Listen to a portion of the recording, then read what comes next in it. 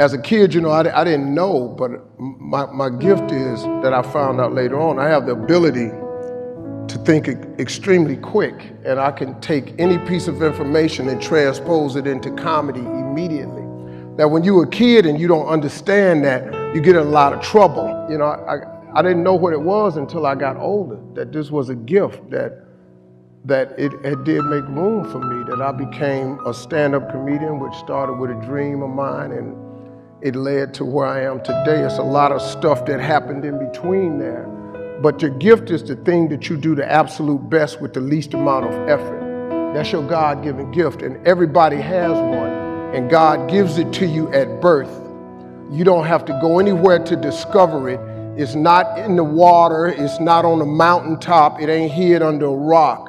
Your God-given gift is instilled in you at birth.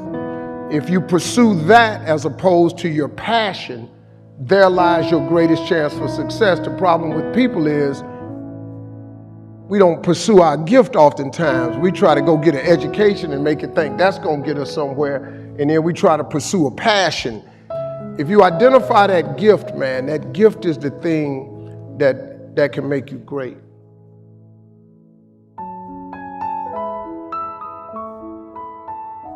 Listen to me, man. You have a great life in front of you. But your great life is in front of you. It's not behind you. What you did back there ain't got nothing to do with what God got for you.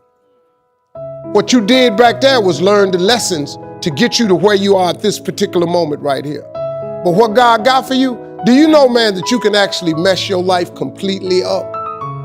You can jack it all the way up, and you can turn around and get it right.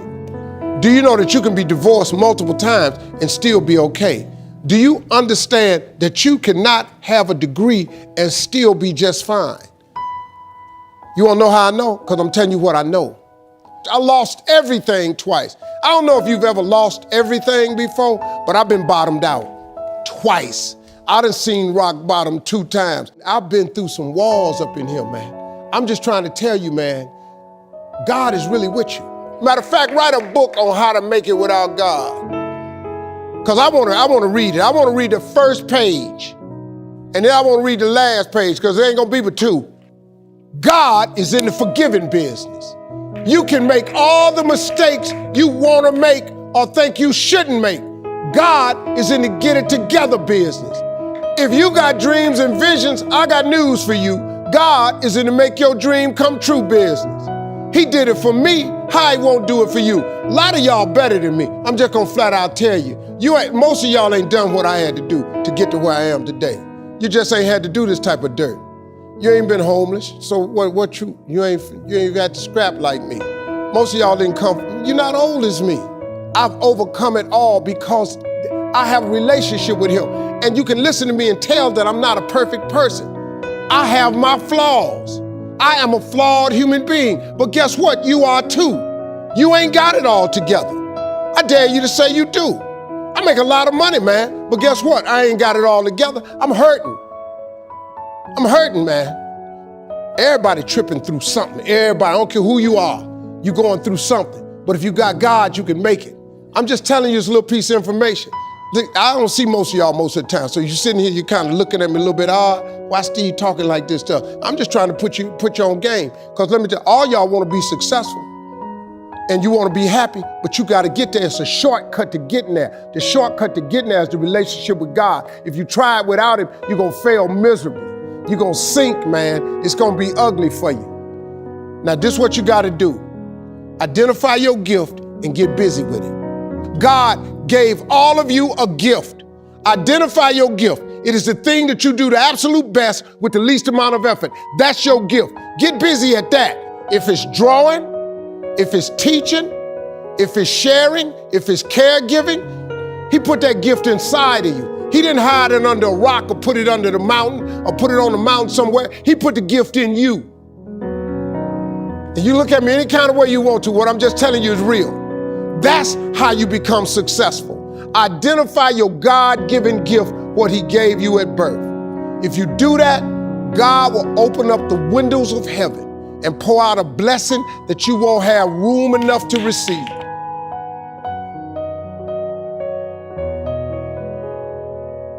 If when the alarm clock goes off in the morning and you ain't happy about it, you ain't doing what you want to do. See, you fighting upstream. You going against what God created you for. If your job makes you sick to go to, if you're unhappy with waking up to go to where you got to go, it's because you ain't living in your gift.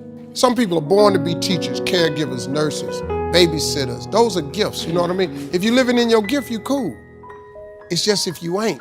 Telling jokes was a gift. They're just not just running, jumping. If you paint, you should be painting. If babysitting is what you really do, you should be babysitting. You doing anything. If you fix cars, you work with your hands. You're supposed to be working with your hands. You do anything else, when that alarm clock go off in the morning, you ain't gonna like it. Now, if you waking up and you going down there, they ain't paying you what you want, you hate your coworkers, you down there, your boss has no business being your damn boss. See, that's what messed me up. I didn't know what I had was a gift when I was growing up. I just stayed in trouble. Because I just fired it off. My gift is I could take anything, any piece of information and transpose it into comedy immediately. I don't have to think. It just comes to me instantly. It's a gift. It's crazy. And when I was young, I didn't know how to control it. I just stayed in trouble. I would hate to die and never do the thing I was born to do. You should look into that before you mess around and check out of here.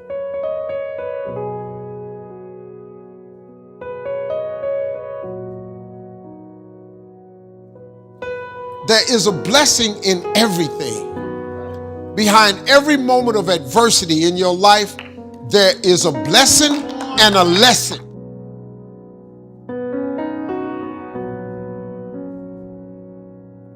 Pain always leaves a gift. Always. It's not going to change for you. Say just you. Your world 42 ain't finna crumble because you got to change your career. You have to change your career. You just said it in the question. Maybe it was time for you to move on.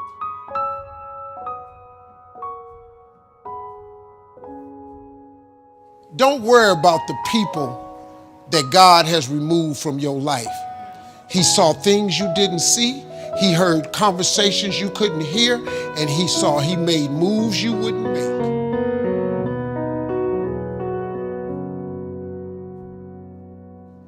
When a door gets shut, all you gotta do is walk up the hall. It's more doors. This is God.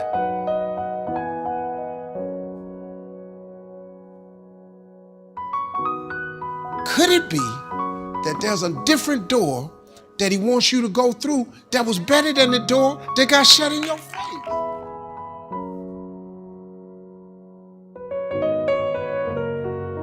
You have to live your life in the expectation of wonderful things happening. God is a merciful God. He didn't bring you this far to leave you.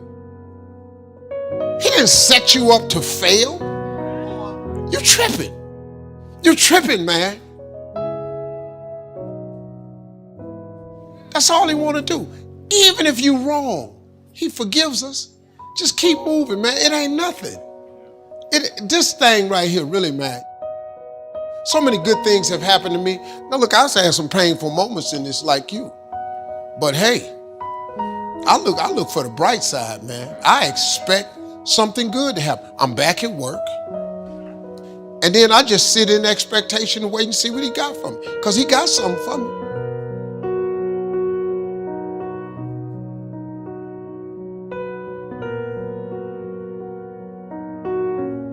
Your gift will make room for you. Now, what is your gift? It's the thing that you do the absolute best with the least amount of effort. That's your gift. Quit running away from the gift. Your gift will make room for you. Stop trying to be something you ain't gifted at. Nobody asked you to go down here and study to be a dentist, and you ain't really good at that. Listen to me. All of you have this gift. Identify it. It's the thing that you do the absolute best with the least amount of effort. That's what you should be doing. You're wasting your time pursuing your passion. What are you gifted at and do that? Stop tripping. You can do that. If you fry chicken better than everybody you know, you ought to be somewhere frying chicken. People make millions of dollars frying chicken.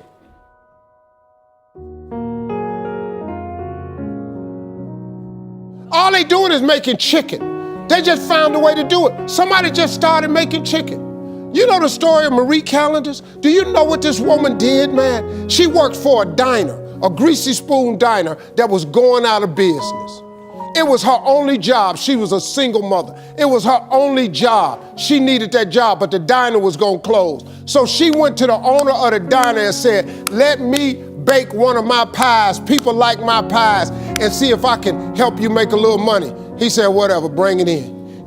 She bought one pie in. They sold every slice. The next day, the people came in and asked for the pie. She had to go home and make another pie. The next day, so many people asked for the pie, she had to make 4 pies. Then people started saying, can I buy my own pie? She made so many pies at this store that she eventually saved her money and put a commercial oven in her house. Now, she done made so many pies, the dude's shop, he ain't selling hamburgers no more. All he's selling is them damn pies. That's how Marie Callender got started. Marie Callender now has over 120 restaurants. You can't go to no frozen food section without seeing Marie Callender in there. When I was Steve Hightower, Kings of Comedy, when I had that hair, the dude that cut my hair, I met him in 1986. He cut my hair for $10. I remembered him. When I got on TV, I hired him. He came out there, he started making $300 a haircut. I paid him $10. He had been with me so many years that he was making $1,500 per haircut. I was getting my hair cut 4 times a week for television and touring. I paid him $1,500 each time. He was making $6,000 a week. You know what he was doing? Cutting hair. That same haircut I paid $10 for in '87. This dude was cutting it now for me for $1,500. That's his gift. Friend of mine we grew up with, all he did was cut grass. He had a single blade lawnmower that he pushed. He was so good at it, he could raise the blades up and lower them. He could cut patterns in your grass. We little, I'm going, hey man, we going swimming. Now I gotta cut Miss Jackson grass. He could cut patterns in your yard. He could put your initials in your grass. As a little boy, $2 for the front, $2 for the back, $4. We used to laugh at him all the time. Well, let me tell you what we laughing at now. He got a landscaping company in Cleveland. You know how much this boy making? $4 million a year. You know what he do? He cut grass. He got 38 trucks. He got all the contracts in the city, malls, corporations. And when it snow outside, he do such a good job cutting the grass, he put plows on the front of his trucks, and he got all the snow removal contracts. This boy making $4 million a year, and you know what he do? He cut grass.